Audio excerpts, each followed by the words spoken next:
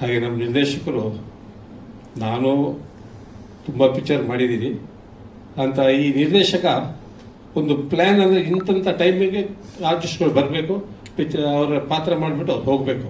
5 ನಿಮಿಷದಿದ್ದರೆ sir ಯಾಕೆ sir ಗಾಡಿ ಬಂದಿಲ್ವ ಅಂತ ಕೇಳ್ತಾರೆ. ಅಂಥ ಒಳ್ಳೆ ನಿರ್ದೇಶಕ ಆಗಲಿ, ಎಲ್ರಿಗೂ ಒಳ್ಳೆಯದಾಗಲಿ.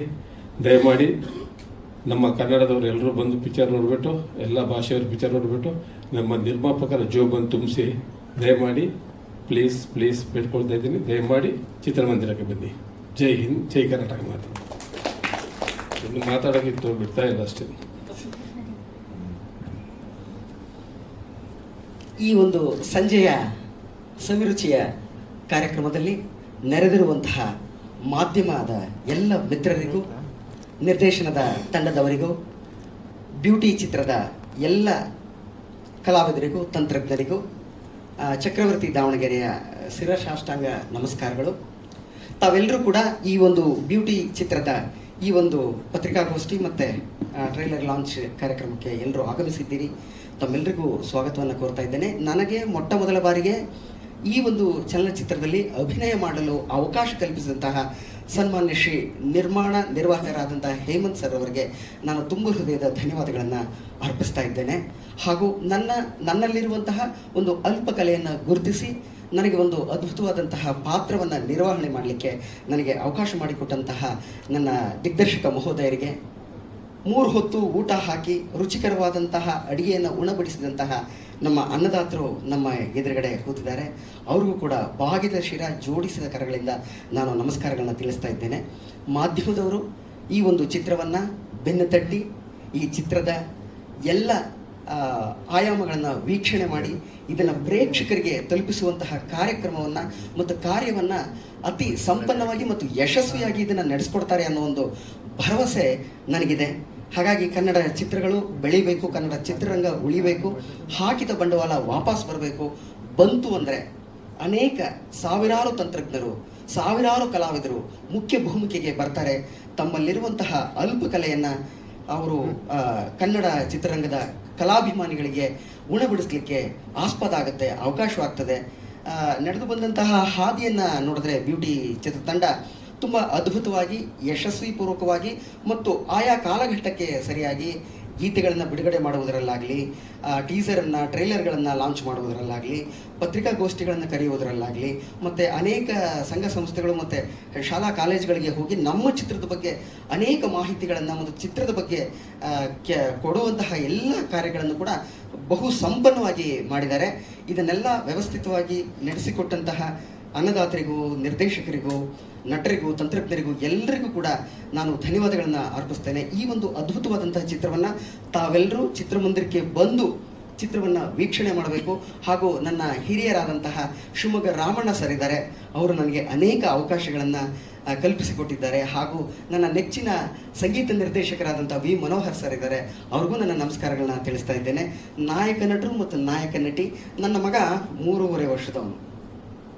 ಅವನಿಗೆ ಹೆಂಡದ ಮೇಲಾಣೆ ಶಿವ ಹೆಂಡದ ಮೇಲಾಣೆ ಅದಕ್ಕೆ ಡ್ಯಾನ್ಸ್ ಮಾಡ್ತಾನೆ. ಅಂದರೆ ಅಷ್ಟು ಚೆನ್ನಾಗಿ ಸಾಹಿತ್ಯ ಇದೆ.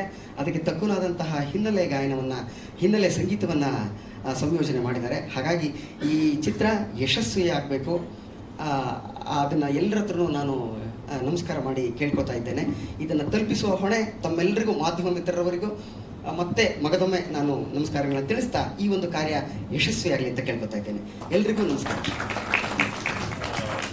ಸಿನಿಮಾದಲ್ಲಿ ನಾನು ಹೀರೋಯಿನ್ ಅಮ್ಮನ ಪಾತ್ರ ಮಾಡಿದ್ದೀನಿ. ರಿಯಲ್ ಆಗಿನೂ ಅಮ್ಮ, ಹಾಗೆಯೇ ರೀಲಲ್ಲೂ ಕೂಡ ಅಮ್ಮನ ಪಾತ್ರ ಮಾಡಿದ್ದೀನಿ. ನನಗೆ ಈ ಅವಕಾಶ ಕಲ್ಪಿಸ್ಕೊಟ್ಟಿರುವಂತಹ ಡೈರೆಕ್ಟರ್ ಸರ್ಗೆ, ಪ್ರೊಡ್ಯೂಸರ್ ಸರ್ಗೆ, ಮ್ಯಾನೇಜರ್ ಸರ್ಗೆ ಎಲ್ರಿಗೂ ನಮಸ್ಕಾರ. ಸಿನಿಮಾ ತುಂಬ ಚೆನ್ನಾಗಿದೆ, ಒಳ್ಳೆ ಸೆಂಟಿಮೆಂಟ್ ಇದೆ, ಫ್ಯಾಮಿಲಿ ಕುತ್ಕೊಂಡು ನೋಡ್ಬೋದು. ಫ್ಯಾಮಿಲಿ ಸಿನಿಮಾ, ಹಾಗೆಯೇ ಲವ್ ಸ್ಟೋರಿ, ಒಳ್ಳೆ ಲವ್ ಸ್ಟೋರಿ, ತುಂಬ ಚೆನ್ನಾಗಿದೆ. ನಿಮ್ಗೆ ಏನೇನು ಬೇಕು ಎಲ್ಲನೂ ಈ ಸಿನಿಮಾದಲ್ಲಿದೆ. ದಯವಿಟ್ಟು ಮಾಧ್ಯಮ ಮಿತ್ರರಿಗೆ ಕಳಕಳಿಯ ವಿನಂತಿ, ಈ ಸಿನಿಮಾನ ಚೆನ್ನಾಗಿ ಪ್ರಮೋಟ್ ಮಾಡಿ ಎಲ್ಲರೂ ಬಂದು ಥಿಯೇಟ್ರಿಗೆ ಸಿನಿಮಾ ನೋಡಬೇಕು ಅಂತ ನಾನು ಆಶಿಸ್ತೀನಿ. Thank you so much. ಎಲ್ಲರಿಗೂ ನಮಸ್ಕಾರ. ಮೊದಲನೇದಾಗಿ ನಿರ್ಮಾಪಕರಿಗೆ ಮತ್ತು ನಿರ್ದೇಶಕರಿಗೆ ಮತ್ತು ನನ್ನ ಸಿನಿಮಾದಲ್ಲಿ ಕೆಲಸ ಮಾಡಿದಂಥ ಎಲ್ಲರಿಗೂ ನನ್ನ ಒಂದು ವಂದನೆಗಳು. ಹಾಗೆ ಏನು ಹೇಳಬೇಕು ಅಂತ ಬಯಸ್ತೀನಿ ಅಂದರೆ, ನಿರ್ಮಾಪಕರು ಮತ್ತು ನಿರ್ದೇಶಕರು ತುಂಬ ಕಷ್ಟಪಟ್ಟು ಸಿನಿಮಾವನ್ನು ಮಾಡಿರ್ತಾರೆ. ದಯವಿಟ್ಟು ನೀವು, ನಿಮ್ಮ ಫ್ರೆಂಡ್ಸು ನಿಮ್ಮ ಅಕ್ಕಪಕ್ಕದವ್ರಿಗೆ ಎಲ್ಲರಿಗೂ ಹೇಳಿ ನಮ್ಮ ಸಿನಿಮಾ ಬ್ಯೂಟಿ, ಅದು ಬ್ಯೂಟಿ ಅನ್ನೋ ಹೆಸರು ಹೇಗಿದೆಯೋ ಹಾಗೆ ತುಂಬ ಬ್ಯೂಟಿಫುಲ್ ಆಗಿದೆ.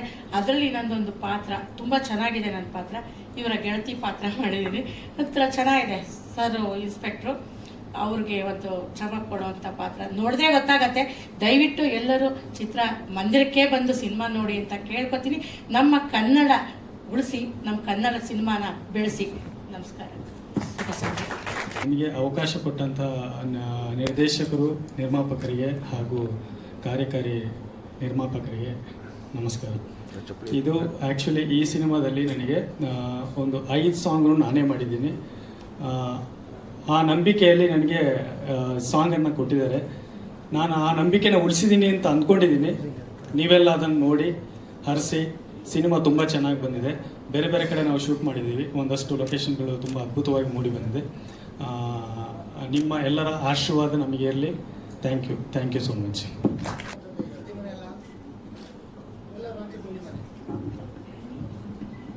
ಈಗ ಟ್ರೈಲರ್ ಲಾಂಚ್ 1 2 3 4 ತಂದಿಲ್ಲ ಯಾರು.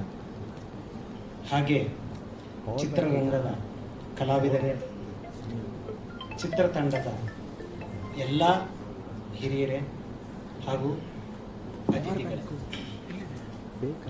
ತದಹಂ ಮುಂದೆ ಪರಂಜ್ಯೋತಿಸ್ತಮೋಪಹಂ ಪ್ರವೃತ್ತಾಂ ಯಾನ್ಮುಖಾದೇವಿ ಸರ್ವಭಾಷಾ ಸರಸ್ವತಿ ಅನ್ನೋದು ಒಂದು 11ನೇ ಶತಮಾನದಲ್ಲಿ ಜ್ಞಾನಕ್ಕೆ ಸಂಬಂಧಪಟ್ಟಂತೆ, ವಿಕಾಸಕ್ಕೆ ಸಂಬಂಧಪಟ್ಟಂತೆ ಮತ್ತು ಮನೋವೈಜ್ಞಾನಿಕ ರೂಪಕ್ಕೆ ಸಂಬಂಧಪಟ್ಟಂತಹ ಇದೊಂದು ಶ್ಲೋಕ. ಒಬ್ಬ ಲಾಕ್ಷಣಿಕ ಇಮ್ಮಡಿ ನಾಗಮ್ಮನನ್ನು ಬರೀತಾನೆ. ಈ ಮಾತು ನಾನು ಯಾಕೆ ಹೇಳ್ತಿದ್ದೀನಿ ಅಂತಂದರೆ, ಈ ಸಿನಿಮಾ ರಂಗ ಅನ್ನೋದು ಒಂದು ಅದ್ಭುತವಾದ ಸೃಜನಾ ರಂಗ.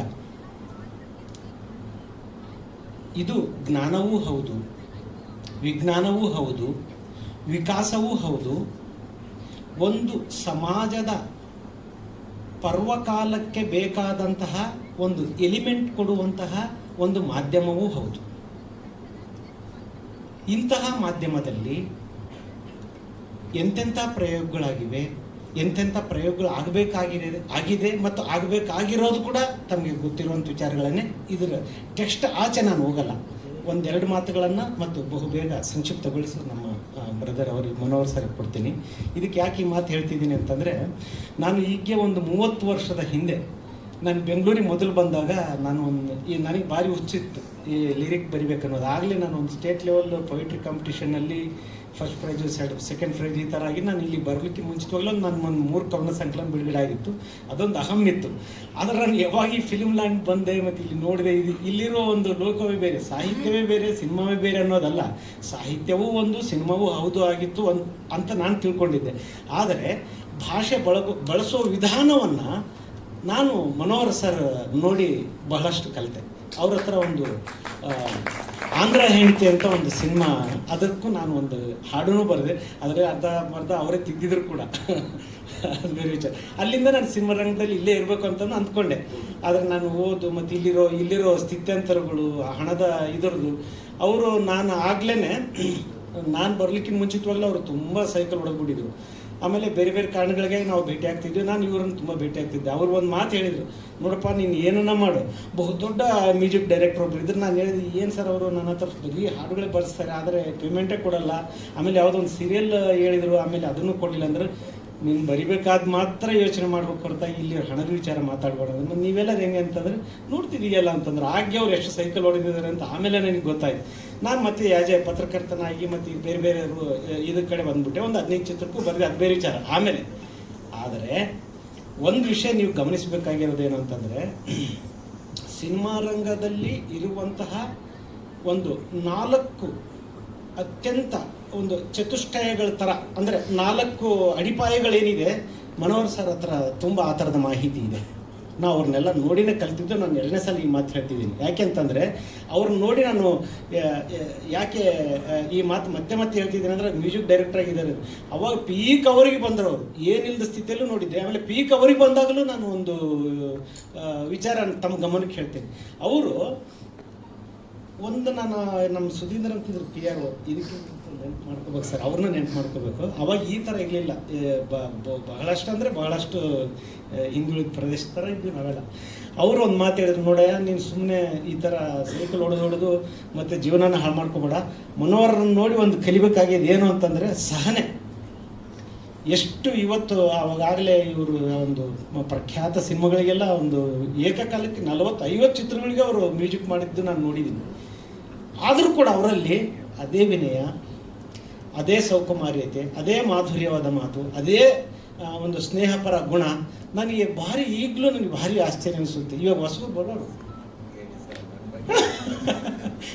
ಅಲ್ಲ ಇಲ್ಲ ಸರ್, ಮುಜುಗರಂತಲ್ಲ, ಸತ್ಯಗಳು ಕೆಲವು ಸಲ ನಮ್ಮನ್ನು ನಾವೇ ಮಾರ್ಕೆಟಿಂಗ್ ಮಾಡ್ಕೋಬೇಕಾದಂಥ ವಿಷಯಗಳು ಇರ್ತವೆ. ಗೊತ್ತಿಲ್ಲ, ಇಲ್ಲಿ ಬಂದಮೇಲೆ ನನಗೆ ಭಾರಿ ಸಂತೋಷ ಆಯ್ತು. ಇದಕ್ಕೆ ಕಾರಣನೂ ಇತ್ತು, ಅವ್ರು ನಾನು ತುಂಬ ಯಾವಾಗೋ ಒಂದು ಸ್ವಲ್ಪ ಹೊಗಳ್ಬೇಕು ಅನ್ನಿಸ್ತಾ ಇತ್ತು, ಅದಾಗಲಿ ದಟ್ ಈಸ್ ಸೆಕೆಂಡ್. ಇದಕ್ಕೂ ಒಂದು ಇಂಟರ್ಲಿಂಕ್ ಒಂದು ಕೊಡ್ತಿದ್ದೀನಿ. ಏನು ಅಂತಂದರೆ, ನಾನು ಈ ಸಿನಿಮಾ ಜಸ್ಟ್ ಇವಾಗಲೇ ನೋಡಿದೆ. ಏನು ಅಂತಂದರೆ, ಆ ಬ್ಯೂಟಿ ಅನ್ನೋದೇ ಒಂದು ಅದ್ಭುತವಾದ ರೋಮಾಂಚಿತವಾದಂತಹ ಒಂದು ಪದ. ಬ್ಯೂಟಿ ಅಂತ ಅಂದ್ಕೊಳ್ಳಿ, ಅದಕ್ಕೆ ಸಂಬಂಧಪಟ್ಟಂತೆ ಎಂತೆಂಥ ಹಾಡುಗಳಿವೆ, ಎಂತೆಂಥ ಇದು ಲಾಲಿತ್ಯನೂ ಇದೆ. ಇಲ್ಲಿ ನಾನು ಅದು ಲಾಲಿತ್ಯ ನೋಡಿದೆ. ಅದೇ ಥರ ಥ್ರಿಲ್ಲರೂ ಇದೆ, ಬ್ಯೂಟಿ ಇದೆ, ಆಮೇಲೆ ಒಳ್ಳೆಯ ಪಾತ್ರಧಾರಿಗಳು ಇದ್ದಾರೆ, ಅದಕ್ಕೆ ತಕ್ಕಂತೆ ಮ್ಯೂಸಿಕ್ಕೂ ಇದೆ.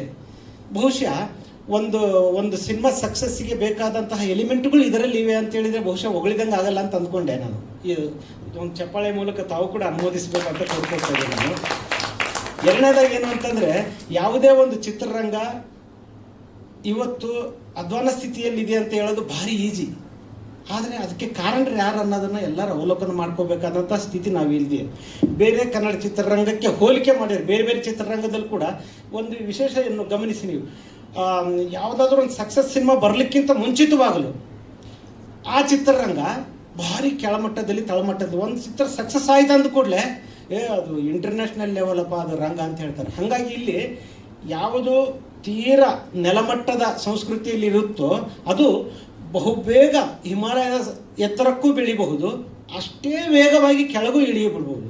ಆದರೆ ಇದಕ್ಕೆ ಈ ಏರಿಳಿತಕ್ಕೆ ಕೆಲವು ಎಲಿಮೆಂಟ್ಗಳನ್ನು, ಕೆಲವು ತಾತ್ವಿಕ ವಿಚಾರಗಳನ್ನು ನಾನು ನಿಮಗೆ ಹೇಳ್ತಿದ್ದೀನಿ ಅಥವಾ ಒಂದೇನು ಗೈಡ್ ಮಾಡ್ತಿದ್ದೀನಿ ಅಂತ ತಿಳ್ಕೊಬೇಕು, ಮತ್ತು ಒಂದು ಸಲಹೆ ಅಂತಲೂ ತಿಳ್ಕೊಬೇಕು. ಯಾಕೆಂದರೆ ಎಲ್ಲ ತಂತ್ರಜ್ಞರಿದ್ದೀರಿ, ನಿಮಗಿಂತ ಸ್ವಲ್ಪ ನನಗೆ ವಯಸ್ಸಿರ್ಬೋದು, ನನಗಿಂತ ನಿಮಗೆ ಸ್ವಲ್ಪ ಹೆಚ್ಚು ಕಡಿಮೆ ಇರೋ ವಯಸ್ಸು. ಏನು ಅಂತಂದರೆ, ಒಂದು ಅತ್ಯುತ್ತಮವಾದ ಕತೆ ಆಯ್ಕೆ ಮಾಡೋದರಲ್ಲಿ ನೀವು ಎಂದೂ ಎಡವಬಾರ್ದು, ಸಕ್ಸಸ್ ಬಯಸೋದು. ಎರಡನೇದು ಅತ್ಯುತ್ತಮವಾದ ಸಂಗೀತ. ಮೂರನೇದು ಅತ್ಯುತ್ತಮವಾದ ಸಂಭಾಷಣೆ. ನಾಲ್ಕನೇದು ಅತ್ಯುತ್ತಮವಾದ ತಾರಾಗಣ. ಇಷ್ಟು ಇದ್ದಂತಹ ಯಾವ ಚಿತ್ರ ಸೋತಿರೋದಂತ ನನಗಂತ ಅನಿಸಿಲ್ಲ.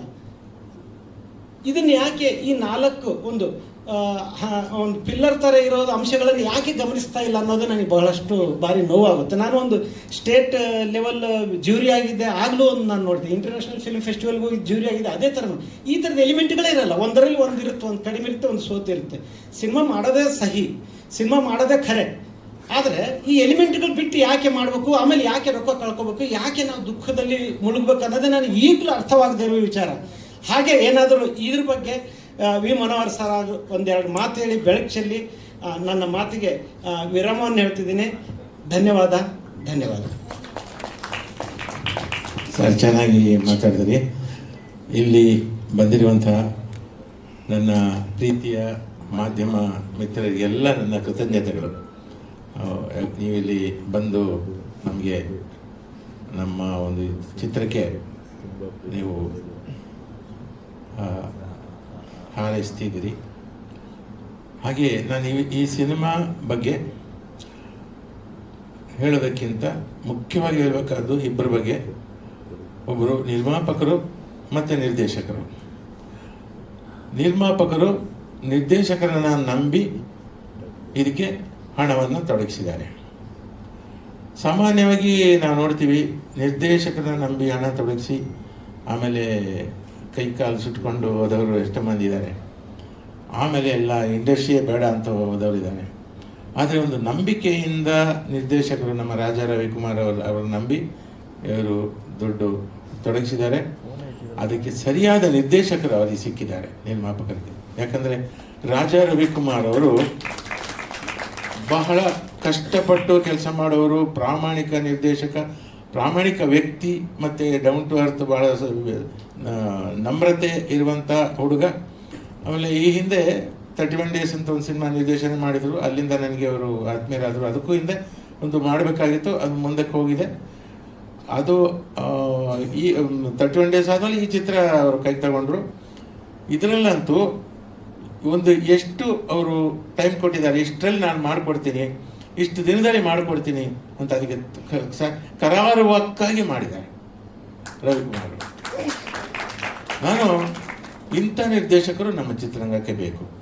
ಯಾಕಂದರೆ ನಿರ್ಮಾಪಕರನ್ನು ಉಳಿಸುವ ನಿರ್ದೇಶಕರು ಬೇಕು. ಹಾಗಾಗಿ ನಾನು ಒಂದು ಕಡೆ ರಾಜಾ ರವಿಕುಮಾರ್ ಅವರಿಗೂ ಶುಭ ಹಾರೈಸ್ತೀನಿ, ಜೊತೆಗೆ ಅವರಿಗೆ ಸಂಪೂರ್ಣ ಸ್ವಾತಂತ್ರ್ಯ ಕೊಟ್ಟು ಅವರಿಗೆ ಪ್ರೋತ್ಸಾಹಿಸಿದ ಬೆಂಬಲವಾಗಿ ನಿಂತ ನಿರ್ಮಾಪಕರು ತನುಜಾ ಮೇಡಮ್ ಅವರಿಗೂ ಮತ್ತು ಮುರಳೀಕೃಷ್ಣ ಅವರಿಗೂ ನಾನು ಶುಭ ಕೋರ್ತೀನಿ. ಈ ಚಿತ್ರದ ಮೂಲಕ ನಿಮಗೆ ಎಲ್ಲ ರೀತಿಯ ನೀವು ಹಾಕಿದ ಬಂಡವಾಳಕ್ಕಿಂತ ಜಾಸ್ತಿ ಇಮ್ಮಡಿಯಾಗಿ ಬರಲಿ ಅಂತ ಹಾರೈಸ್ತೀನಿ. ಅಷ್ಟೇ. ಧನ್ಯವಾದಗಳು ಸರ್, ಧನ್ಯವಾದಗಳು. ಭಾಷಾ ಸರ್. ಎಲ್ರಿಗೂ ನಮಸ್ಕಾರ. ನಾನು ನನ್ನ ಪಡಕ್ಕೆ ಬಂದು ಆಡಿಯೋನಾಗಿ ಕೂತಿದ್ದೆ, ಗೆಸ್ಟ್ ಅಂತ ಸ್ಟೇಜ್ ಮೇಲೆ ಕರೆದ್ಬಿಟ್ರು ಮೈಕ್ ಕೊಟ್ಟು. ಏನು ಹೇಳಬೇಕು ಅಂತಲೇ ಗೊತ್ತಾಗ್ತಿಲ್ಲ, ಏನೂ ಪ್ರಿಪೇರ್ ಆಗಿಲ್ಲ. ಸೊ ಇಲ್ಲಿ ಕೆಲವರಿಗೆ ನನ್ನ ಪರಿಚಯ ಇದೆ, ಅಣ್ಣಂದಿರಿಗೆ, ಕೆಲವು ಮೀಡಿಯಾ ಮಿತ್ರರಿಗೆ ನನ್ನ ಪರಿಚಯ ಇದೆ. ಬೇಸಿಕಲಿ ನನ್ನ ಹೆಸರು ಧನಂಜಯ್. ಸುಮಾರು ವರ್ಷಗಳಿಂದ ಚಿತ್ರರಂಗದಲ್ಲಿ ನಾಯಕ ನಟನಾಗಿ ಕೆಲಸ ಮಾಡ್ಕೊಳ್ತಾ ಬರ್ತಾ ಇದ್ದೀನಿ. ಒಂದು 8 ಸಿನಿಮಾದಲ್ಲಿ ಹೀರೋ ಆಗಿ ಮಾಡಿದ್ದೀನಿ. ಸೊ ಈ ಚಿತ್ರದಲ್ಲಿ ನಾನು ಆ್ಯಕ್ಟ್ ಮಾಡಿಲ್ಲ, ಆಡಿಯನಾಗಿ ಬಂದೆ. ಆದರೂ ಇದೊಂಥರ ನನ್ನ ಕುಟುಂಬ ಇದ್ದಂಗೆ. ಬಿಕಾಸ್ ನನ್ನ ತಂಗಿ ಈ ಸಿನಿಮಾ ಹೀರೋಯಿನ್ನು, ನಾನು, ನಮ್ಮಮ್ಮ, ನನ್ನ ತಂಗಿ 3 ಜನ ಕಲಾವಿದರು. ಸೊ ಜೀ ಕನ್ನಡದಲ್ಲಿ ಚಿತ್ರರಂಗದಲ್ಲಿ ಸುಮಾರು ಪ್ರಯತ್ನಗಳಾಗ್ತಾ ಇತ್ತು, ಸಿನಿಮಾಗಳಾಗ್ತಾ ಇತ್ತು. ಜೀ ಕನ್ನಡದಲ್ಲಿ ಒಂದು ಅವಕಾಶ ಬಂತು ನನಗೆ, ಸಿದ್ದೇಗೌಡ ಅನ್ನೋ ಕ್ಯಾರೆಕ್ಟರ್ ತುಂಬ ಫೇಮಸ್ ಆಯಿತು. ಲಕ್ಷ್ಮೀ ನಿವಾಸ ಅನ್ನೋ ಧಾರಾವಾಹಿ ತುಂಬ ದೊಡ್ಡ ಹಿಟ್ ಆಯಿತು. ಅದಾದಮೇಲೆ ಆ್ಯಕ್ಚುಲಿ ನಮ್ಮ ಕನಸು ಏನಂದರೆ ನಾನು ನಮ್ಮಮ್ಮ ಒಂದೇ ಸಿನಿಮಾದಲ್ಲಿ ಆ್ಯಕ್ಟ್ ಮಾಡಬೇಕು ಅನ್ನೋದು ನಮ್ಮ ಕನಸಾಗಿತ್ತು. ಸಿನಿಮಾದಲ್ಲಿ ಅವಕಾಶ ಸಿಗಲಿಲ್ಲ, ಸೀರಿಯಲಲ್ಲಿ ಸಿಕ್ತು. ನಾನು ಬಂದೆ ಫಸ್ಟ್ ಸೀರಿಯಲ್ಗೆ, ಅದಾದಮೇಲೆ ನಮ್ಮಮ್ಮ ಬಂದರು. ಅದಾದಮೇಲೆ ಇನ್ನೊಂದು ಪಾತ್ರಕ್ಕೆ ರೀಪ್ಲೇಸ್ಮೆಂಟ್ ಕ್ಯಾರೆಕ್ಟರ್ಗೆ ಮತ್ತೆ ನನ್ನ ತಂಗಿ, ನಾವು 3 ಜನ ಒಂದೇ ಸೀರಿಯಲಲ್ಲಿ ಕೆಲಸ ಮಾಡೋ ಅವಕಾಶ ಸಿಕ್ತು. ಸೊ ಅದಾದ ನಂತರ ಸಿನಿಮಾಗಳಲ್ಲಿ ಮಾಡಬೇಕು ಅಂತ ಆಸೆ ಪಡ್ತಾ ಇದ್ವಿ.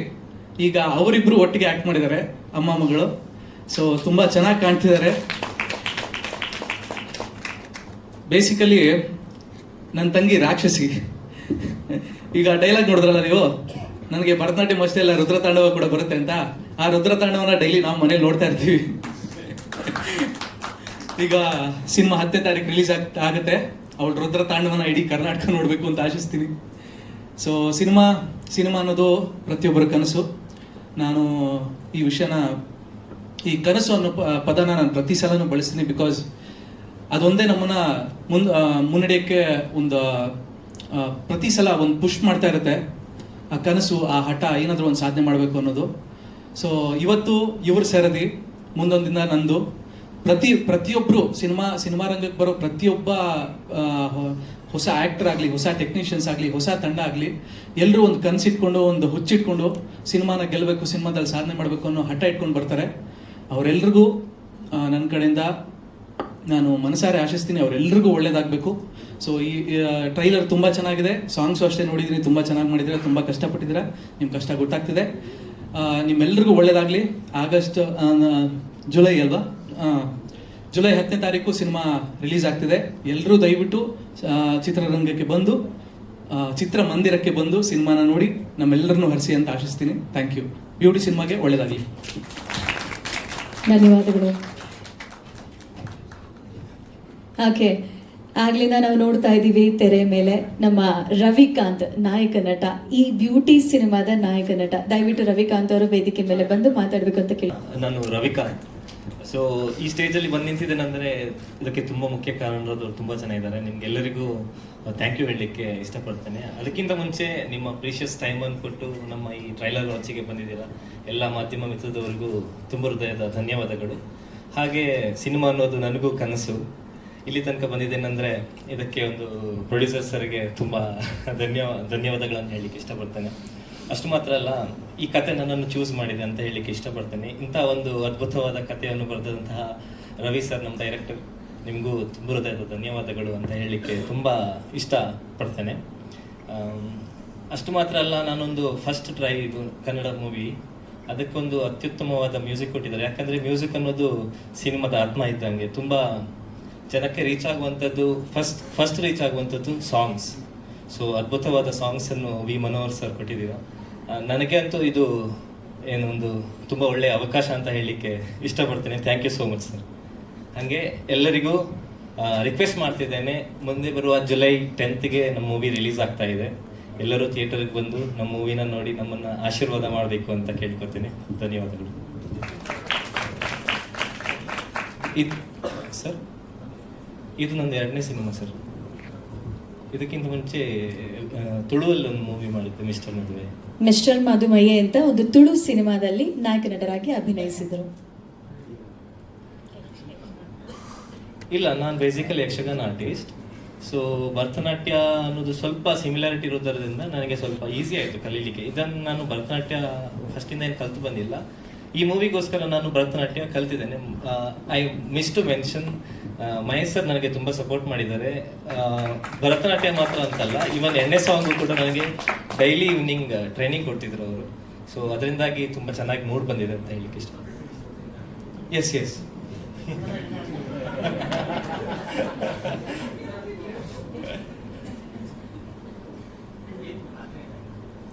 ಬೇಸಿಕಲಿ ಒಂದು ಸಾಮಾನ್ಯ ಹುಡುಗ, ನಾರ್ಮಲ್ ಹುಡುಗ, ಒಂದು ಪ್ರೀತಿಗೋಸ್ಕರ ತುಂಬ ಕಷ್ಟಪಡ್ತಿದ್ದಾನೆ, ಪ್ರೀತಿನ ಪಡಿಲಿಕ್ಕೋಸ್ಕರ. ಆ ಹೋರಾಟದಲ್ಲೇ ಇನ್ನೊಂದು ಏನು ಆಗೋಗುತ್ತೆ, ಅದಕ್ಕೋಸ್ಕರ ಕೊನೆಗೆ ಅವ್ನು ನ್ಯಾಯಕ್ಕಾಗಿ ಹೋರಾಡಲಿಕ್ಕೆ ಶುರು ಮಾಡ್ತಾನೆ. ಪ್ರೀತಿನೂ ಸಿಗಲ್ಲ, ನ್ಯಾಯನೂ ಸಿಗಲ್ಲ ಅನ್ನುವಂಥ ಸಿಚುವೇಶನಲ್ಲಿ ಅವ್ನು ಹೆಂಗೆ ಇದನ್ನು ಡೀಲ್ ಮಾಡ್ತಾನೆ ಅನ್ನುವಂಥ ಒಂದು ಸ್ಟೋರಿ. ಮಹಾಲಕ್ಷ್ಮಿ ಅವ್ರು ಮಾತಾಡೋಕ್ಕಿಂತ ಮುಂಚೆ ಅವರ ಸಿನಿಮಾಗಳನ್ನ ನಾನು ಹೇಳಲೇಬೇಕು. 10ಕ್ಕಿಂತ ಹೆಚ್ಚು ಸಿನಿಮಾಗಳಲ್ಲಿ ಅವರು ನಾಯಕ ನಟಿಯಾಗಿ ಅಭಿನಯಿಸಿದ್ದಾರೆ. ಥಗ್ಸ್ ಆಫ್ ರಾಮ್ಗಢ್, ಮಾವುತ, ಸ್ವಪ್ನ ಮಂಟಪ, ಮಾರಿಗೆ ದಾರಿ, ಜಿಯಾ, ಹೀಗೆ 10ಕ್ಕೂ ಹಲವು ಸಿನಿಮಾಗಳು. ಅದರಲ್ಲಿ ಮೊದಲನೇ ಸಾಲಿನಲ್ಲಿ ನಮ್ಮ ಬ್ಯೂಟಿ ಸಿನಿಮಾ ಈಗ ರೆಡಿ ಆಗಿದೆ. ಆ ಚಿತ್ರದ ನಾಯಕ ನಟಿ ಹಾಗೂ ತೆಲುಗು, ತಮಿಳಲ್ಲಿ ಕೂಡ ಅವರಿಗೆ ಬಹು ಬೇಡಿಕೆ ಬರ್ತಾ ಇದೆ. ಒಳ್ಳೇದಾಗ್ಲಿ ನಮ್ಮ ಸಿನಿಮಾ ಕಡೆಯಿಂದ. ಬಟ್ ಈಗ ನಮ್ಮ ಸಿನಿಮಾ ಬಗ್ಗೆ ದಯವಿಟ್ಟು ಮಾತಾಡಿ. Thank you so much. ಎಲ್ರಿಗೂ ನಮಸ್ಕಾರ. ನಮ್ಮ ಬ್ಯೂಟಿ ಸಿನಿಮಾದ ಟ್ರೈಲರ್ ಲಾಂಚ್ಗೋಸ್ಕರ ಬಂದಿರುವಂತಹ ಎಲ್ಲ ಬ್ಯೂಟಿಫುಲ್ ಮನ್ಸ್ಗಳಿಗೆ ನಾನು ಸ್ವಾಗತವನ್ನು ಕೋರ್ತೀನಿ. ಸೊ ಎಸ್, ನಮ್ಮ ಟೈಟಲ್ ಬ್ಯೂಟಿ ಅಂತಂದರೆ ನಾನು ಯಾವಾಗಲೂ ಅಂದ್ಕೊಂಡಿರೋದು ಏನು ಅಂತಂದರೆ, ನಾಟ್ ಓನ್ಲಿ ಔಟರ್ ಪಾರ್ಟ್ ಏನು ನೀವು ಜನರಿಗೆ ನಾರ್ಮಲ್ ಆಗಿ ಕಾಣ್ತೀರಾ ಅದಷ್ಟೇ ಬ್ಯೂಟಿ ಆಗಲ್ಲ.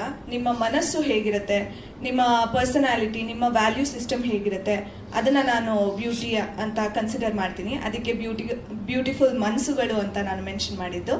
ಸೊ ಎಲ್ರಿಗೂ ಥ್ಯಾಂಕ್ ಯು ಸೋ ಮಚ್ ಬಂದಿರೋದಕ್ಕೆ. ಎಸ್, ನನ್ನ ಹೆಸರು ಮಹಾಲಕ್ಷ್ಮಿ. ಹಾಗೆ ನನ್ನ ಸಿನಿಮಾ ಕಡೆಗೆ ಆ ಪ್ರಯತ್ನದಲ್ಲಿ ನಾನು ಮಾಡಿರುವಂಥ ಸಿನಿಮಾಗಳ ಬಗ್ಗೆ ಎಲ್ಲ ಥ್ಯಾಂಕ್ ಯು ಇಂಟ್ರೊಡ್ಯೂಸ್ ಮಾಡಿರೋದಕ್ಕೆ. ಎಸ್, ಇದರಲ್ಲಿ ಒಂದು ಸಾಮಾನ್ಯ ಹೆಣ್ಣು ಮಗಳು, ಅವಳು ಕಾಣ್ತಿರೋವಂಥ ಕನಸನ್ನು ನನಸು ಮಾಡ್ಕೊಳ್ಳೋಕ್ಕೋಸ್ಕರ ಏನೇನೆಲ್ಲ ಪ್ರಯತ್ನ ಮಾಡ್ತಿರ್ತಾಳೆ ಅವಳು. ಮತ್ತು ಅವಳ ಸುತ್ತಮುತ್ತ ಇರುವಂಥ ಜನ, ಫ್ಯಾಮಿಲಿ ಎಲ್ಲರೂ ಅವಳಿಗೆ ಹೇಗೆ ಸಪೋರ್ಟಿವ್ ಆಗಿರ್ತಾರ, ಇಲ್ಲ ಕಾಲೆಳೆಯೋಕ್ಕೆ ನೋಡ್ತಿರ್ತಾರ, ಅದೆಲ್ಲವೂ ದಾಟಿ ಅವಳ ಕನಸನ್ನು ನನಸು ಮಾಡ್ಕೋತಾಳ ಅನ್ನೋದು ಸಬ್ಜೆಕ್ಟ್ ಇದು. ಸೊ ನೀವು ಆಗಲೇ ಟ್ರೈಲರಲ್ಲಿ ನೋಡ್ದಂಗೆ ಇದರಲ್ಲಿ ಎಲ್ಲ ಜಾನರ್ಸು ಆಲ್ಮೋಸ್ಟ್ ಟಚ್ ಮಾಡಿದ್ದಾರೆ ನಮ್ಮ ಡೈರೆಕ್ಟರು. ಸೊ ಹಾರರ್ ಆಗಿರ್ಬೋದು, ರೊಮ್ಯಾಂಟಿಕ್ ಆಗಿರ್ಬೋದು, ಫ್ಯಾಮಿಲಿ ಓರಿಯೆಂಟೆಡ್ ಆಗಿರ್ಬೋದು, ಎಮೋಷನ್ಸ್ ಆಗಿರ್ಬೋದು. ಸೊ ಎಲ್ಲವೂ ಇರುವಂತಹ ಒಂದು ಫ್ಯಾಮಿಲಿ ಸಬ್ಜೆಕ್ಟ್, ಎಲ್ಲರೂ ಕೂತು ಆರಾಮಾಗಿ ನೋಡುವಂತಹ ಸಿನಿಮಾ ಇದು. ಸೊ ನೀವೆಲ್ಲರೂ ನಮ್ಮ ಜನರಿಗೆ ತಲುಪಿಸ್ಬೇಕು ಅಂತ ನಾನು ಕೇಳ್ಕೊಳ್ತೀನಿ. ಜುಲೈ 10ನೇ ತಾರೀಕು ನಮ್ಮ ಸಿನಿಮಾ ರಿಲೀಸ್ ಆಗ್ತಿದೆ. ಚಿತ್ರಮಂದಿರಗಳಿಗೆ ಎಲ್ಲರೂ ಬನ್ನಿ, ಫ್ಯಾಮಿಲಿ ಸಮೇತ ಬನ್ನಿ, ಫ್ರೆಂಡ್ಸ್ ಜೊತೆ ಬನ್ನಿ, ನಮ್ಮ ಸಿನಿಮಾನ ನೋಡಿ ಏನೇ ಫೀಡ್ಬ್ಯಾಕ್ ಇದ್ರೂ ನಮಗೆ ಹೇಳಿ ಅಂತ ನಾನು ಕೇಳ್ಕೊತೀನಿ. Thank you. ಇದೆ. ಯಾಕಂದರೆ ಇವ್ರದ್ದು ಲಾಸ್ಟ್ ಸಿನಿಮಾನು ನಾವೇ ಡಿಸ್ಟ್ರಿಬ್ಯೂಟ್ ಮಾಡಿದ್ದು, 31 ಡೇಸ್ ರವಿ ಅವ್ರದ್ದು. ಸೊ ಬ್ಯೂಟಿ ಸಿನಿಮಾ ನೋಡಿದಾಗ ತುಂಬ ಥ್ರಿಲ್ಲಿಂಗ್ ಎಲಿಮೆಂಟ್ಸ್ ಇದೆ ಅಂತ ಅನ್ನಿಸ್ತು ನನಗೆ. ಎಸ್ಪೆಷಲಿ ಹೀರೋಯಿನ್ ಅವ್ರ ಪರ್ಫಾರ್ಮೆನ್ಸು, ಅವರೇ ಹೀರೋಯಿನ್ ಆಗಿ ಮಾಡಿದ್ದಾರೆ ಈ ಸಿನಿಮಾ ಪೂರ. ಅಫ್ಕೋರ್ಸ್ ಅವರಿದ್ರೂ ಕೊನೆಗೆ ಅವರು ಡಾಮಿನೇಟ್ ಮಾಡ್ತಾರೆ, ಯಾಕಂದರೆ ಪಾತ್ರ ಹಂಗಿದೆ ಅದು. ಅದರ ಆಚೆಗೆ ಮತ್ತೆ ಟೆಕ್ನಿಕಲಿ ತುಂಬ ಸೌಂಡ್ ಆಗಿರೋ ಸಿನಿಮಾ ಇದು. ನೀವು ನೋಡಿರ್ಬೋದು, ಸೀನ್ರಿಗಳೆಲ್ಲ ತುಂಬ ಚೆನ್ನಾಗಿದೆ, ಸೀನ್ಸ್ ಮತ್ತು ಲೊಕೇಶನ್ಸ್ ಎಲ್ಲ ತುಂಬ ಚೆನ್ನಾಗಿ ಕಟ್ಕೊಟ್ಟಿದ್ದಾರೆ ಕ್ಯಾಮ್ರಾಮನ್. ಸೊ ಅವ್ರವ್ರಿಗೆ ತುಂಬ ಚೆನ್ನಾಗಿದೆ. ಮತ್ತು ವಿ ಮನೋಹರ್ ಸರ್ದು ವರ್ಕ್ ಯಾರು ನಾವು ಮಾತಾಡೋಕ್ಕೆ ಆಗಲ್ಲ. ಸೊ ಒಂದು ಒಳ್ಳೆ ಸಿನಿಮಾ, ಮತ್ತು ಆದಷ್ಟು ಮಾತಾಡಿಕೊಂಡು ಒಂದೊಳ್ಳೆ ನಂಬರಲ್ಲಿ ನಾವು ಸ್ಕ್ರೀನ್ಸ್ನ ತಗೋಬೇಕು ಅಂತ ಇರ್ತಿದ್ದೀವಿ. ನೋಡಬೇಕು ಏನಾಗುತ್ತೆ ಅಂತ. ಇಷ್ಟೆಲ್ಲ ನಾವು ಅಪ್ಡೇಟ್ ಕೊಡ್ತೀವಿ. ನಾನು ಒಂದು 30-35 ಸ್ಕ್ರೀನ್ ಸಿಗ್ಬೋದು. ಸ್ಕ್ರೀನ್ ಇದು ನಮಗೆ ಸಿಂಗಲ್ ಸ್ಕ್ರೀನು ಮತ್ತು ಮಲ್ಟಿಪ್ಲೆಕ್ಸು ಹಾಕ್ಬಿಟ್ಟು ನೋಡಿ ಚೆನ್ನಾಗಾದರೆ ಆಮೇಲೆ ಅದನ್ನು ನಾವು ನೆಕ್ಸ್ಟ್ ವೀಕಲ್ಲಿ ಎಕ್ಸ್ಪಾಂಡ್ ಮಾಡೋಣ ಅಂತ. ಒಂದೇ ಸತಿಗೆ ಹೆವಿ ಮಾಡ್ಕೊಳೋದು ಬೇಡ ಅಂತ.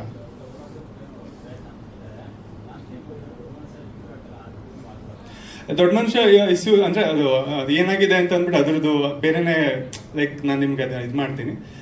ಸೊ ಈ ಸಿನಿಮಾಗೆ ಏನು ಬೇಕೋ ಆ ಸ್ಟ್ರಾಟಜಿನ ನಮ್ಮ ಕಡೆಯಿಂದ ನಾವು ಮಾಡ್ತೀವಿ. ಅದಕ್ಕೆ ರೆಡಿ ಇದ್ದೀವಿ ನಾವು ಆಲ್ರೆಡಿ.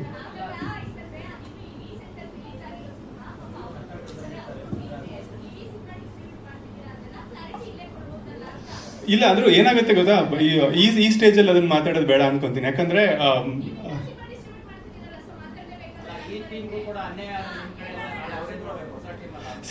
ಅನ್ಯಾಯ ಆಗಿದೆಯೋ ಇಲ್ವೋ ಅಂತ ಅನ್ನೋದನ್ನ ಸರಿಯಾಗಿ ತನಿಖೆ ಮಾಡಿಬಿಟ್ಟು ಫ್ಯಾಕ್ಟ್ಸ್ ಏನಿದೆ ಅದನ್ನ ತಿಳ್ಕೊಂಡು ಮಾತಾಡಬೇಕು ಯಾರೇ ಆಗಲಿ.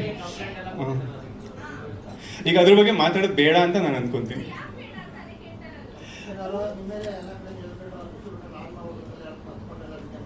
ಹೌದು ಹೌದು.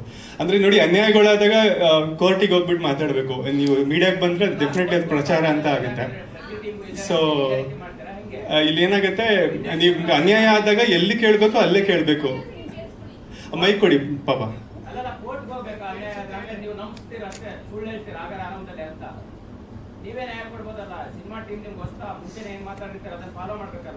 ಅದನ್ನ ನೀವು ಫ್ಯಾಕ್ಟ್ ಚೆಕ್ ಮಾಡಿದ್ದೀರಾ? ಹೆಂಗ್ ಚೆಕ್ ಮಾಡಿದ್ರಿ? ಫ್ಯಾಕ್ಟ್ ಹೆಂಗ್ ಚೆಕ್ ಮಾಡಿದ್ರಿ?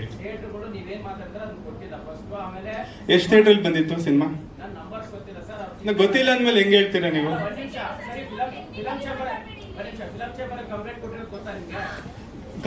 ಕಂಪ್ಲೇಂಟ್ ಅನ್ನೋದಕ್ಕಿಂತ ಹೆಚ್ಚಾಗಿ ಕರ್ಸಿ ಮಾತಾಡಿದ್ರು, ಕರ್ಸ್ಬಿಟ್ಟು ಮಾತಾಡಿದ್ರು. ಅದನ್ನ ಹೌದು ಗೊತ್ತು. ಕಂಪ್ಲೇಂಟ್ ಅಲ್ಲ ಅದು, ನನ್ನನ್ನು ಕರ್ಸಿ ಮಾತಾಡಿದ್ರು. ಅದನ್ನ ನಾನೇ ಡಿಸ್ಟ್ರಿಬ್ಯೂಟರ್ ಅಲ್ಲ. ಹೋಗಿ ನಿಮ್ಗೆ ಏನ್ ಹೇಳ್ಬೇಕು ಹೇಳಿ ನನಗೆ? ಸರ್ ದಯವಿಟ್ಟು ಕ್ಷಮೆ ಇರಲಿ. ಸಮಯದ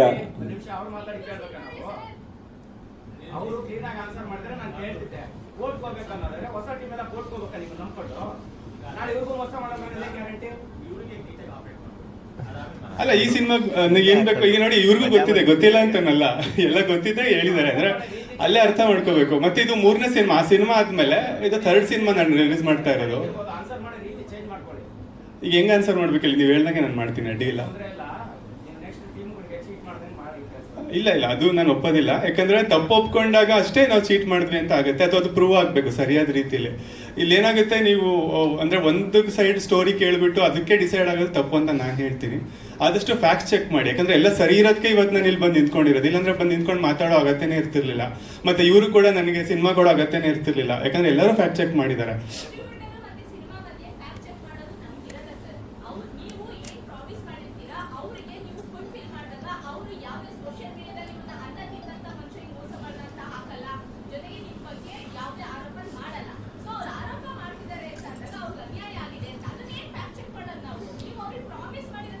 ಲೈಕ್ ನಾನು ನಿಮಗೆ ಫ್ಯಾಕ್ಟ್ ಚೆಕ್ ಏನಕ್ಕೆ ಮಾಡಕ್ಕೆ ಹೇಳ್ದೆ ಅಂತಂದ್ರೆ, ಈಗ ನಮ್ಮ ಕಡೆಯಿಂದ ಏನು ತಪ್ಪಾಗಿಲ್ಲ, ಅದು ನಿಮ್ಗೆ ಅರ್ಥ ಆಗುತ್ತೆ ಅನ್ನೋ ಒಂದು ಕಾರಣಕ್ಕಷ್ಟೇ. ಯಾಕಂದ್ರೆ ಐ ಬಿಲೀವ್ ದಟ್ ನಮ್ಮ ಒಂದು ಇಂಡಿಯಾದಲ್ಲಿ ಈ ಡೆಮೋಕ್ರಸಿನ ನಂಬ್ಕೊಂಡು ನಾವು ಬದುಕ್ತಿದ್ದೀವಿ ಅಂತ ಅಂದಮೇಲೆ ಈ ಮೀಡಿಯಾ ಕೂಡ ಒಂದು ಸ್ತಂಭನೇ ಅದಕ್ಕೆ. ಸೊ ಅದು ನ್ಯಾಯಯುತವಾಗಿ ಅದನ್ನ ಪ್ರೊಜೆಕ್ಟ್ ಮಾಡುತ್ತೆ ಅನ್ನೋ ನಂಬಿಕೆಯಲ್ಲಿ ನಾವಿರೋದು. ಸೊ ಹಾಗಾಗಿ ಫ್ಯಾಕ್ಟ್ ಚೆಕ್ ಮಾಡಿದ್ರೆ ಖಂಡಿತ ನಿಮ್ಗೆ ಕ್ಲಿಯರ್ ಆಗ್ಬಿಡುತ್ತೆ ಅಂತ ಹೇಳ್ದೆ. ಯಾವುದೇ ಆಗಲಿ, ಯಾವುದೇ ಸುದ್ದಿ ಆಗಲಿ, ನಾವೊಂದು ತುಂಬ ರೆಸ್ಪಾನ್ಸಿಬಲ್ ಮೀಡಿಯಾ ಆಗಿ ನೀವು ಫ್ಯಾಕ್ಟ್ ಚೆಕ್ ಮಾಡಿನೇ ಮಾಡ್ತಾರೆ ಅನ್ನೋದು ನನ್ನ ಇದು ಅಷ್ಟೇ.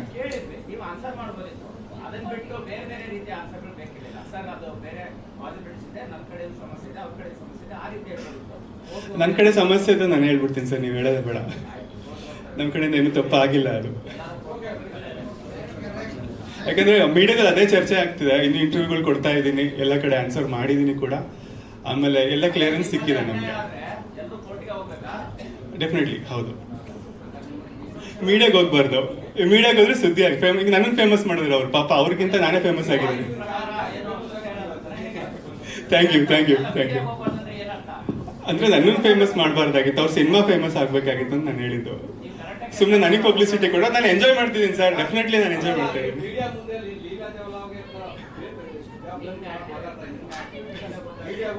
ಸಾರಿ ಸರ್, ನಿಮ್ಗೆ ಹಂಗೆ ಅನ್ಸಿದ್ರೆ ಸಾರಿ. Definitely sir, definitely.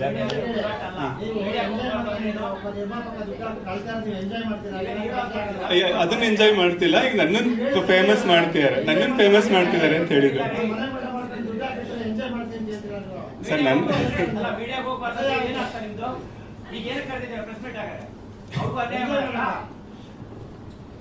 ಬೇರೆ ಏನಾದ್ರು ಇದ್ರೆ ಕೇಳಿ, ಅದ್ಬಿಟ್ಟು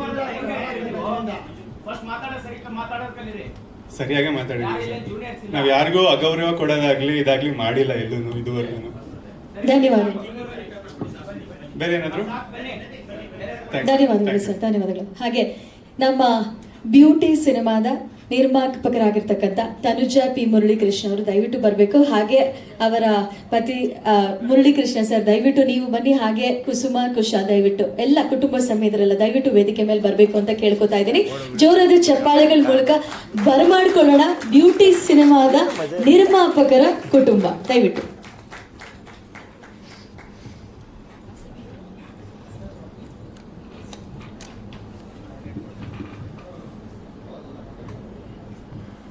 ಎಲ್ಲರಿಗೂ ನಮಸ್ಕಾರ.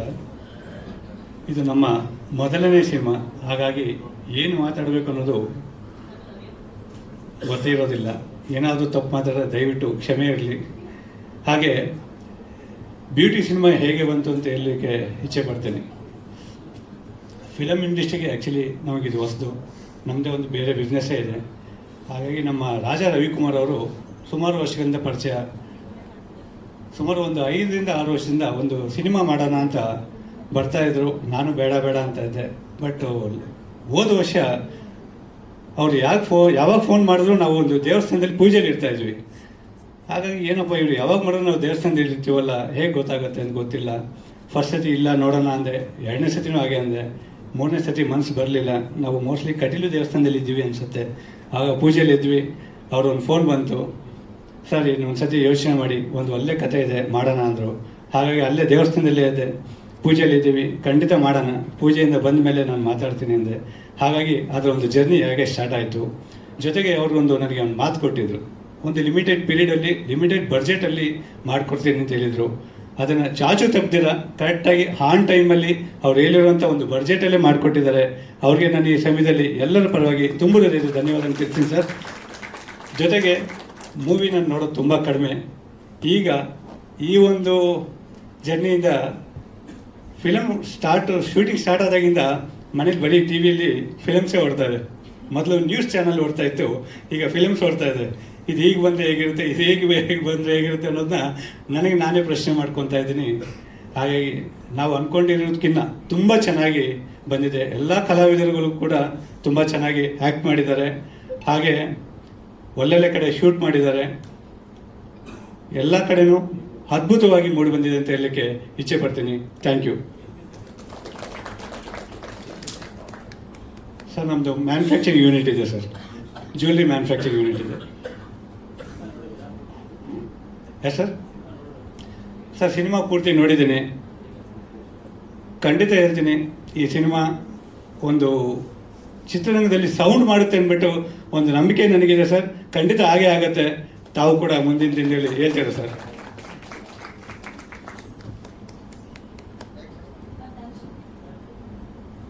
ಈ ಫಿಲಮ್ಗೆ ಪ್ರೊಡ್ಯೂಸರ್ ಆಗಿ ನನ್ನ ಧರ್ಮಪತ್ನಿ ತನುಜಾ ಮುರಳೀಕೃಷ್ಣ ಅವರೇ, ಅವ್ರ ಪರವಾಗಿ ನಾನು ಇಷ್ಟೊತ್ತು ಮಾತಾಡಿದೆ. ಅವರು ಒಂದು 2 ಮಾತನ್ನ ಮಾತಾಡ್ತಾರೆ.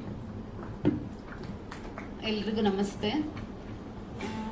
ಇದು ನಮ್ಮ ಕಲ್ಪವೃಕ್ಷ ಪ್ರೊಡಕ್ಷನ್ಸ್ನ ಕನಸು. ಇದು ಆ ಕನಸನ್ನ ಇವತ್ತು ನಿಮ್ಮ ಮುಂದೆ ಹಿಡ್ತಾ ಇದ್ದೀವಿ. ನೀವೆಲ್ಲ ಸೇರಿ ನನಸು ಮಾಡಿಕೊಡ್ತೀರಾ ಅನ್ನೋ ನಂಬಿಕೆ ಖಂಡಿತ ಇದೆ. ಇದು ಎಲ್ಲರೂ ಕೂತ್ಕೊಂಡು ಫ್ಯಾಮಿಲಿ ಸಮೇತ ನೋಡಬಹುದಾದಂಥ ಚಿತ್ರ. ರವಿಕುಮಾರ್ ಅವರು ತುಂಬ ಚೆನ್ನಾಗಿ ನಿರ್ದೇಶನ ಮಾಡಿಕೊಟ್ಟಿದ್ದಾರೆ. ಮತ್ತು ನಾವೆಲ್ಲೆಲ್ಲಿ ಶೂಟಿಂಗ್ ಮಾಡಿದ್ದೀವಿ.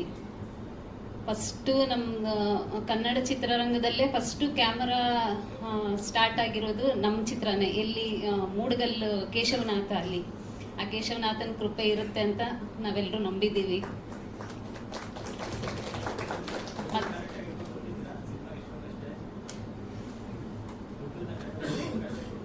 ಖಂಡಿತ ಕೊಟ್ಟಿದ್ದೀವಿ, ಜಾಸ್ತಿ ಎಲ್ಲ ಕೊಟ್ಟಿಲ್ಲ. ಅವರು ನಾವು ಏನು ಅಂದ್ಕೊಂಡಿದ್ದೀವೋ ಆ ಬಡ್ಜೆಟಲ್ಲೇ ಮಾಡಿಕೊಟ್ಟಿದ್ದಾರೆ ಸರ್. ಮತ್ತು ಕುಮಟ, ಕೊಲ್ಲೂರು, ಮೇಲುಕೋಟೆಯಲ್ಲಿ ಚಿತ್ರೀಕರಣ ಎಲ್ಲ ತುಂಬ ಚೆನ್ನಾಗಿ ಬಂದಿದೆ. ಈ ಕನಸನ್ನ ನಿಮ್ಮ ಮುಂದೆ ಇಡ್ತಾ ಇದ್ದೀವಿ, ನನಸು ಮಾಡಿಕೊಡ್ತೀರಾ ಅನ್ನೋ ಭರವಸೆಯಿಂದ. Thank you. ಕುಸುಮ ಅವರವ್ರ ಮಗಳು ಕೋ ಪ್ರೊಡ್ಯೂಸರ್ ಆಗಿ ಕೂಡ ವರ್ಕ್ ಮಾಡಿದ್ದಾರೆ ಈ ಚಿತ್ರಕ್ಕೆ. ದಯವಿಟ್ಟು ಏನು ಮಾತು. ಎಲ್ಲರಿಗೂ ನಮಸ್ಕಾರ. ಒಂದು ಹೊಸ ತಂಡ, ಹೊಸ ಕತೆ, ಎಲ್ಲ ಜಾನ್ರ ಇರುವಂಥ ಮೂವಿ, ಹೊಸ ಟ್ಯಾಲೆಂಟ್ನೊಂದಿಗೆ ಒಂದು ಮೂವಿ ಮಾಡಿದ್ದೀವಿ. ಎಲ್ಲರೂ ಒಂದು ಆನೆಸ್ಟ್ ಎಫರ್ಟ್ ಹಾಕಿ ಮಾಡಿದ್ದೀವಿ. ನೀವೆಲ್ಲರೂ ಮೂವಿನ ಚಿತ್ರಮಂದಿರಕ್ಕೆ ಬಂದು ನೋಡಿ ನಮಗಿನ್ನೂ ಕನ್ನಡ ಇಂಡಸ್ಟ್ರಿಗೆ ಇನ್ನೂ ಒಳ್ಳೆ ಚಿತ್ರಗಳನ್ನ, ಒಳ್ಳೆ ಕತೆಗಳನ್ನ ಮಾಡ್ಕೊಡೋಕ್ಕೆ ಸಪೋರ್ಟ್ ಮಾಡಬೇಕು ಅಂತ ಕೇಳ್ಕೊತೀನಿ. Thank you. ಎಲ್ಲರಿಗೂ ನಮಸ್ತೆ. ನನ್ನ ಹೆಸರು ಕುಶಾಲ್, ನಿರ್ಮಾಪಕರಾದ ತನುಜ ಅವರ ಮಗ. ಇದು ನಮ್ಮ ಫಸ್ಟ್ ಫಿಲಮ್ ಆಗಿದೆ. ರವಿಕಾಂತ್ ಹಾಗೂ ಮಹಾಲಕ್ಷ್ಮಿ ಅವರು ನಟಿಸಿರುವ ಸಿನಿಮಾ. ಎಲ್ಲರೂ ಚಿತ್ರಮಂದಿರಕ್ಕೆ ಬಂದು ನಮ್ಮ ಶ್ರಮಕ್ಕೆ ನಿಮ್ಮ ಪ್ರೋತ್ಸಾಹನೆ ಇದ್ದಾಗ ಎಲ್ಲ ಒಳ್ಳೆಯದಾಗುತ್ತೆ ಅನ್ನೋದು ನಮ್ಮ ಅನಿಸಿಕೆ. ಎಲ್ಲರೂ ಚಿತ್ರಮಂದಿರಕ್ಕೆ ಬಂದು ಸಪೋರ್ಟ್ ಮಾಡಿ. Thank you.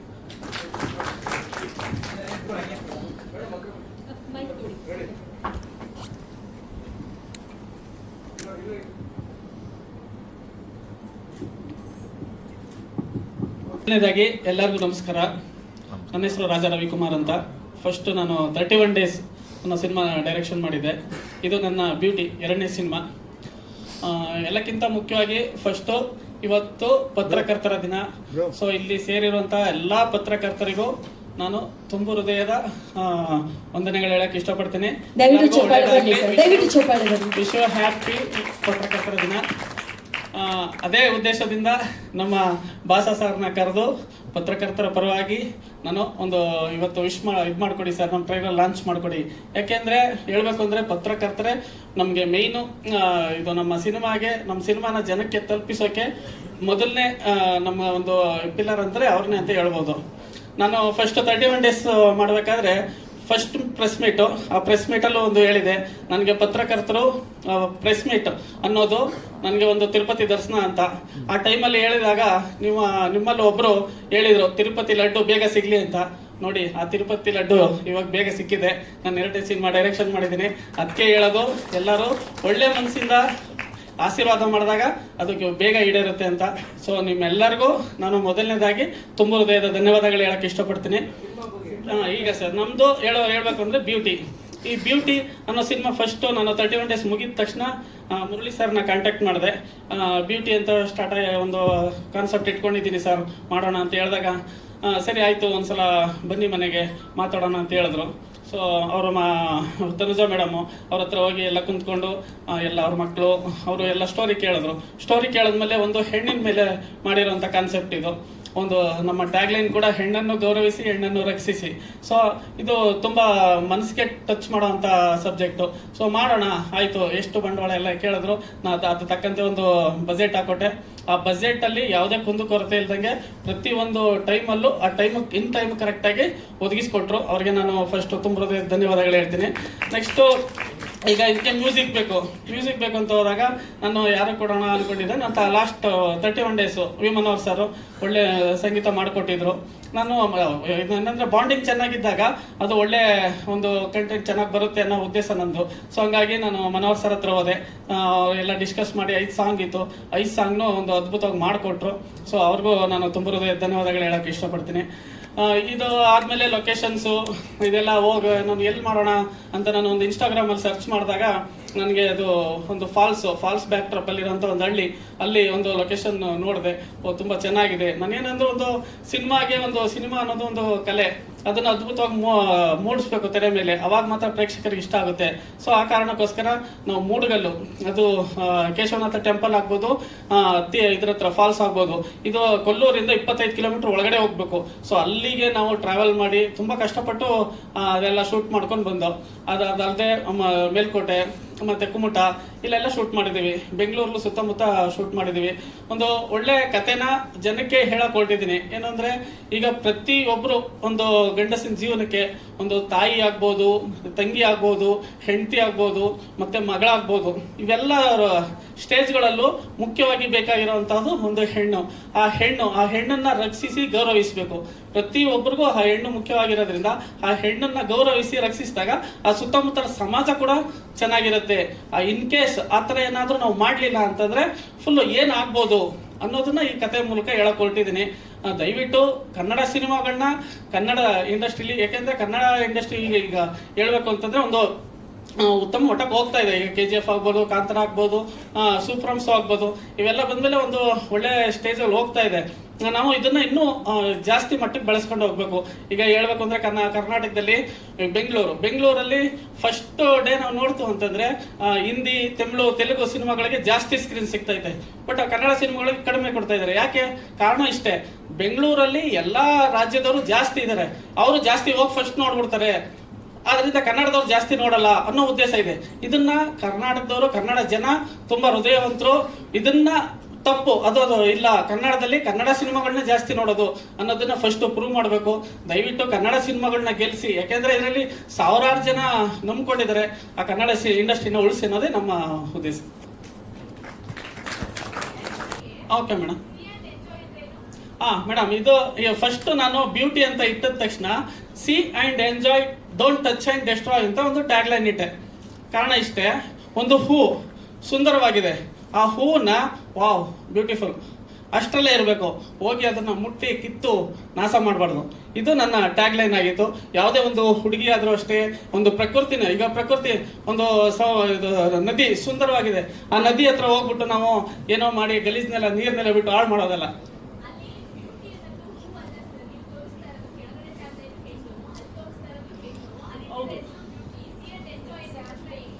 C and enjoy, don't touch and destroy full ಇದೆ ಮೇಡಮ್. ಎಕ್ಸಾಂಪಲ್ ಅದು ಈಗ ಇಲ್ಲ ಅದು ಅದಕ್ಕೆ ನಾನು ಫುಲ್ ಲೈನ್ ಕೊಟ್ಟಿದ್ದೀನಿ ಮೇಡಮ್. ಅದು ನನಗೇನೋ ರಾಂಗ್ ಅನಿಸ್ಲಿಲ್ಲ. ಯಾಕಂದ್ರೆ beauty, C and enjoy, don't touch and destroy full line ಬಂದಾಗ ಅದು ಖಂಡಿತ ರಾಂಗ್ ಆಗಲ್ಲ ಅಂತ ನಾನು ಅನ್ಸ್ಕೊತೀನಿ ಮೇಡಮ್.